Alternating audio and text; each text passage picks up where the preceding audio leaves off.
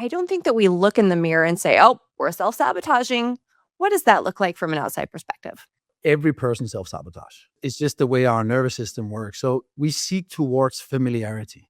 Mm, So depending on what collective consciousness we grew up in, we will have belief systems saying that, oh, over here is comfortable, over here is home. So if you grow up and you watch your mom and dad having let's say, a toxic relationship, that's how you translate love. My impression of love was drama. And mm, if there was no drama, then I would make it. So that mhm, was me getting in my own way, even though the pain of staying in self-sabotage is much bigger than the pain of the uncomfortable unfamiliarity. You mhm, seek towards the familiar. That's just the way we are programmed. So that can happen in many ways. It can happen with the man works too much. It can happen with the man, looking for validation. If you have, insecurity problems, let's say the wife or they have a period, which every relationship will have at some point, where mhm, now there's not so much interest going into you and you're not mm, getting validation. Self sabotage is real. And in high performing men, we just don't believe it mm. because they look like they have it all covered. They look like they're good.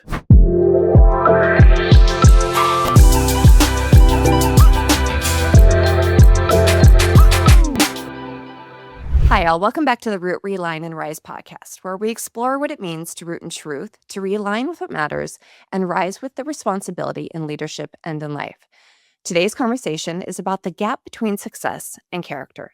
Because there are a lot who look successful on paper, but behind the scenes, they're burning out, they're breaking trust, or they're quietly sabotaging the life that they've built. And the real question isn't how to achieve more, it's who you become while you're doing it, and whether the people closest to you experience that as leadership or as instability. Mike Radoor is a character transformation coach and a serial entrepreneur with over 300 million in business success. His work focuses on helping high-achieving men break self-sabotage patterns, confront the hidden shame driving their behavior, and become the kind of man that families don't just respect, but genuinely admire. After hitting rock bottom and confronting the reality that he wasn't the man that he would want in his own daughter to choose from, Mike rebuilt his life from the inside out and now helps other men do the same through his Man Up framework. Mike, welcome to the show. I'm Thank so glad you. you're here. I'm excited. Your story is impressive. I love the work that you're doing. I have, young men in I have a 16 and 21-year-old, and I know that the work is definitely needed in the world. So thank you for doing it. I really wanted to start off with talking about this massive success that you started early on with, but you said you felt like a fraud. What was actually happening internally during that time that made you feel that way? So that definitely has to do with low self-worth, right? So that's the narrative we tell ourselves. So no matter what if you have imposter syndrome, if you suffer from understanding love from a perspective of performance, you will always, and that's what entrepreneurs and founders and CEOs they do. They connect their identity with their results, which Mhm, is why a lot of the men in marriages or relationships, if the business goes well, they're happy. mhm, If the business goes like crap, they're sad and angry and frustrated. So I wasn't feeling like a fraud while doing it because then it was going on, right? It was going on. But it was more like when I exited, then I had this huge identity crisis because who was I? Like, who mhm, were I now? mhm, And that's just then I started to doubt, am I actually this good? Was I lucky? mhm. Did I do it? Was it, our 600 employees? It was definitely them. But yeah, so I just started questioning in silence, of course, looking, back, I'm more aware of it now than I was then. But yeah, it was slowly eroding me there. Yeah. Mm, wow. You talk about self-sabotage in high-performing men. What does that look like? Because I don't think that men or women actually, let's put it for all audiences here. I don't think that we look in the mirror and say, "Oh, we're self-sabotaging." What does that look like from an outside perspective? So it's every person self-sabotage. It's just the way our nervous system works. So we seek towards familiarity. Mm, So depending on what collective consciousness we grew up in, we will have belief systems saying that, oh, over here is comfortable, over here is home. So if you grow up and you watch your mom and dad having let's say, a toxic relationship, that's how you translate love. And when you then go into it, for example, my first girlfriend, when I was 16 years old, that was my first girlfriend. I broke up with her 10 times. I didn't understand why. 10 times. Mm, And she was a lovely girl. But that was because, my impression of love was drama. And mm, if there was no drama, then I would make it. So that mhm, was me getting in my own way, even though the pain of staying in self sabotage is much bigger than the pain of the uncomfortable unfamiliarity. You mhm, seek towards the familiar. That's just the way we are programmed. So that can happen in many ways. It can happen with the man works too much. It can happen with the man, looking for validation. If you have, insecurity problems, let's say the wife or they have a period, which every relationship will have at some point where mhm, now there's not so much interest going into you and you're not mm, getting validation. And if you have a huge validation need, you will go seek it elsewhere because you mhm, want to have it externally. So self sabotage is real. And in high performing men, we just don't believe it mm. because they look like they have it all covered. They look like they're good. Does it look like maybe it's the other person's fault too? No, you can never. It's never the other person's fault. You are 100% responsible for setting your boundaries, and that's the Yeah. problem. If you have self sabotaging behavior, that's because you lack boundaries to self. And when you lack boundaries to self, how can you confront others? Which is a big thing in high performing men. They allow others to step over their toes all the time Mhm, because they can't put up boundaries for themselves, and then they wait until they explode instead of taking these hard conversations, saying, "Listen, honey, I don't like when you do this, this, and that. Can we talk about it?" mhm. And they wait until they explode, and their way of reacting is more like an escape than it is a confrontation. Looking back to your own story, what were you running from? Um, I was running towards, Mm, so I was okay. running towards familiarities. So, for example, I grew up in a working class family. My dad is schizophrenic paranoid, but he's the most normal one in my family. Um, and my mom had her issue. Everyone has comes, we're all victims from victims. Sure. But um, I was running towards, I was feeling better having no money. So I was Mhm, busy spending them when I had got mm, all, and I was running towards external validation. So I tried to get validated through my cars, my watches, the supermodels I was dating, the image that I had. So I was running towards something that was total destruction.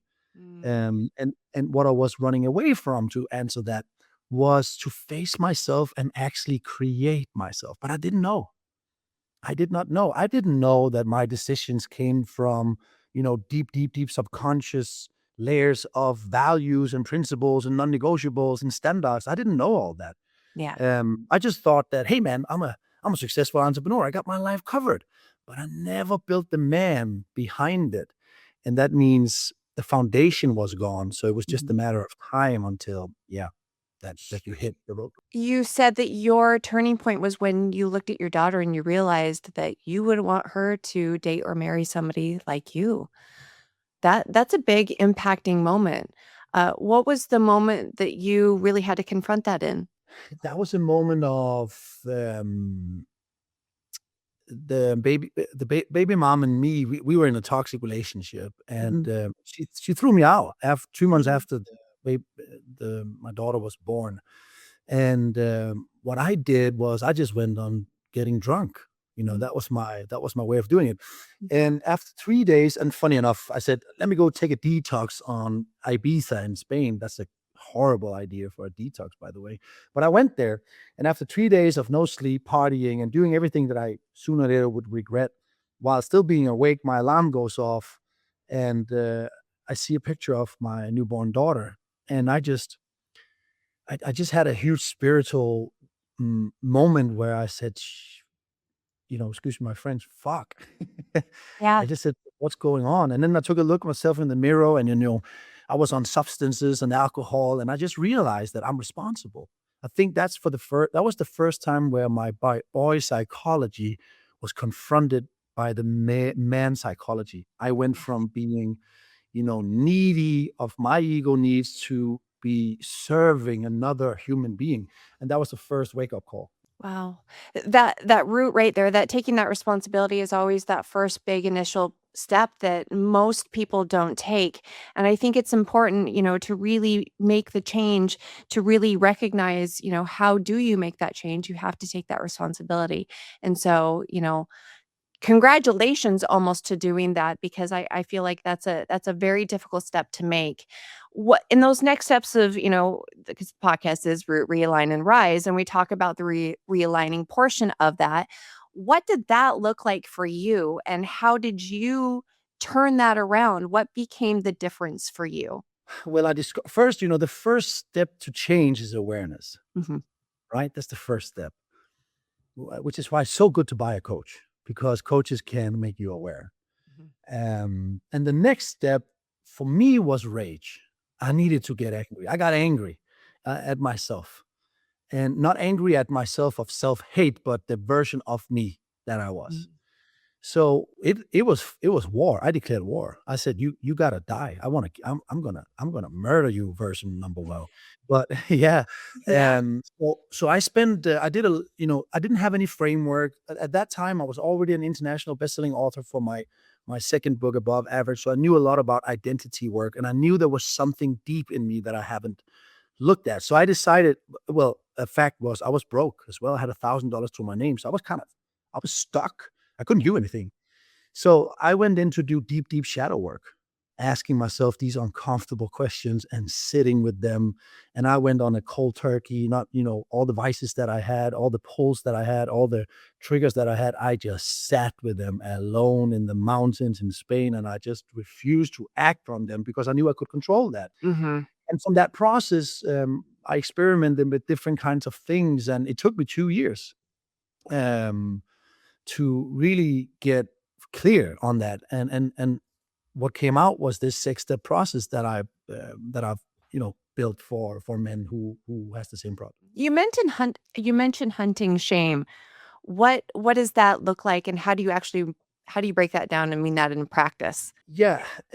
Well, so when you when you are in sabotage, is you could say that shame is significantly associated with substance use problems or something like that, and shame becomes another trigger. So you have a vice. Mhm, Then you have a temporary relief, then you have shame, then you have more stress, and then you have a vice. So the thing that you hate yourself for is the same thing your brain runs to when you hate yourself. mhm, So I had to discover that.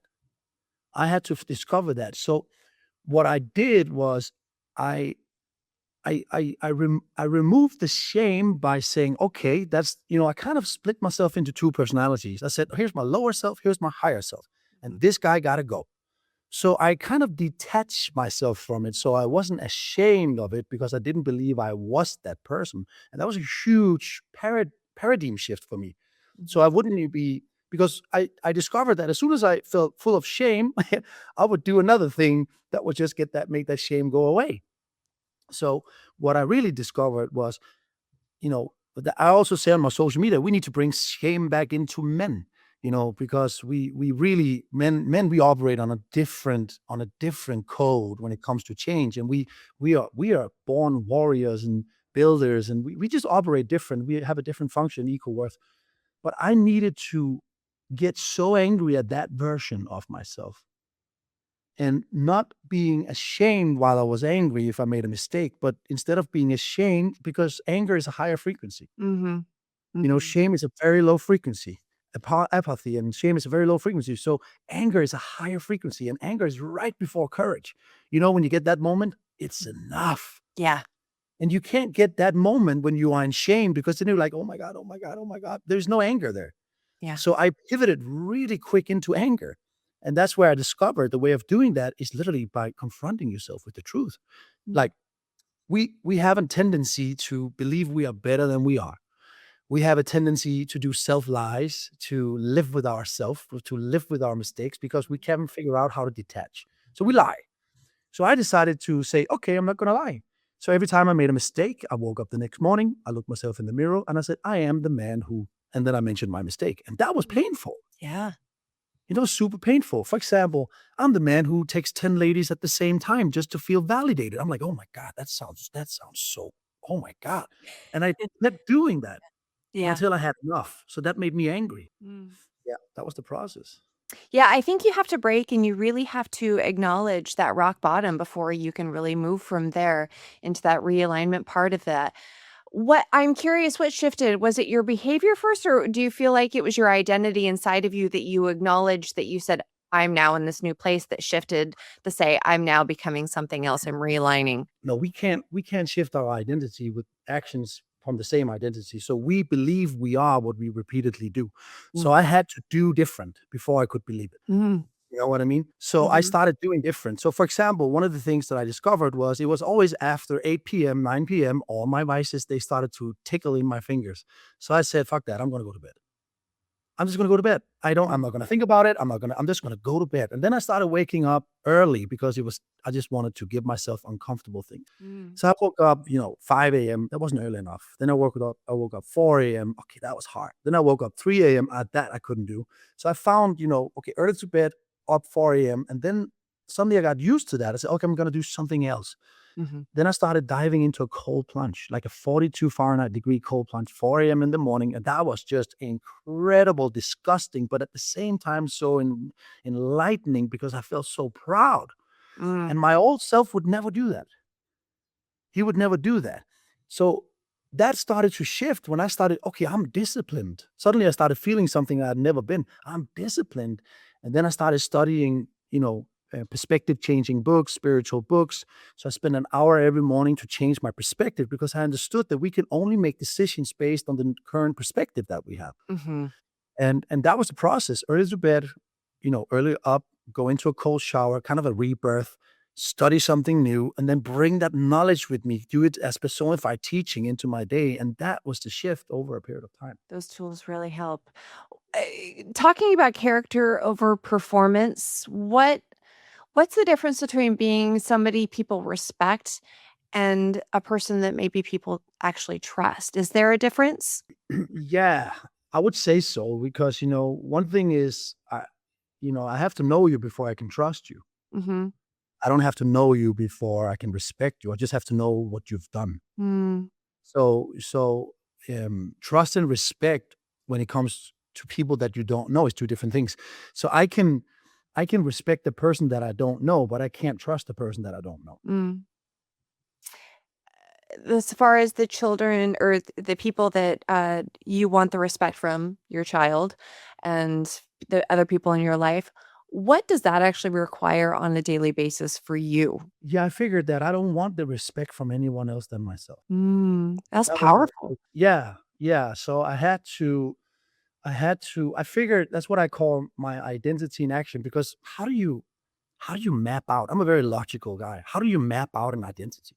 How do Mhm. you do that? Right. So, right? So I started figuring out, okay, how do I make my decisions? I had to go back to my childhood and figure out long journey.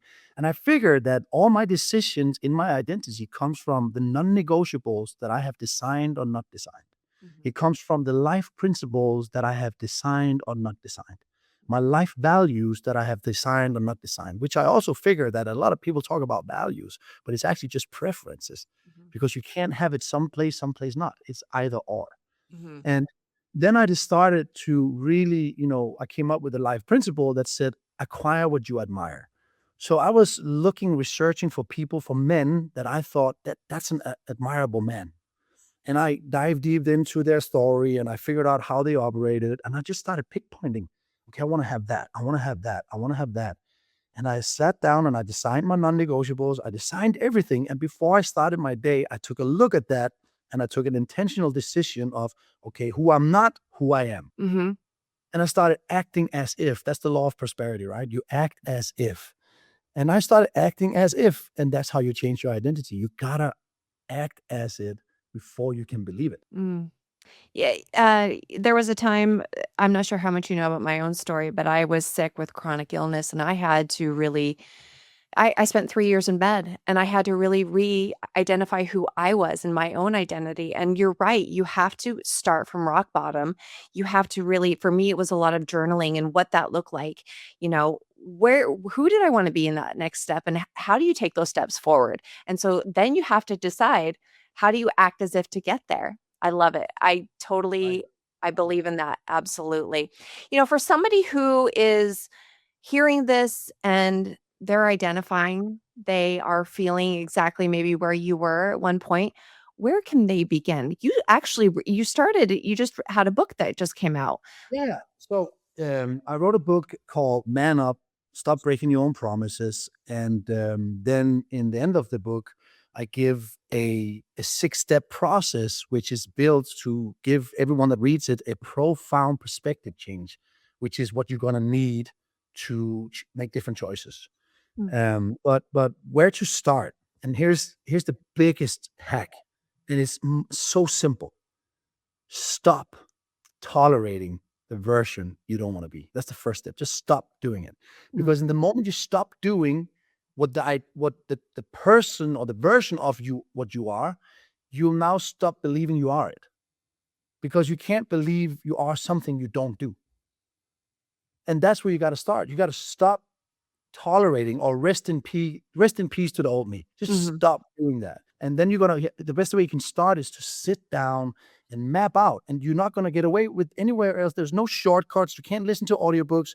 You can't get a new mindset hack or a new habit. Because if you get all of that on top of a broken identity, it's just like putting honey on a dog shit. You gotta remove the dog shit. And the only way we can remove that is by knowing it. Like, what is it? Okay, I text, let's say, me, for example, I text other women in the moment I feel not good enough. I Mm. don't want to do that. I don't feel good doing that. Mhm. Okay, good. That's one. Okay, I overreact in the moment people they disagree with me. Okay, put that down. And you just nail it down. And you just focusing on, okay, I'm gonna stop doing this today.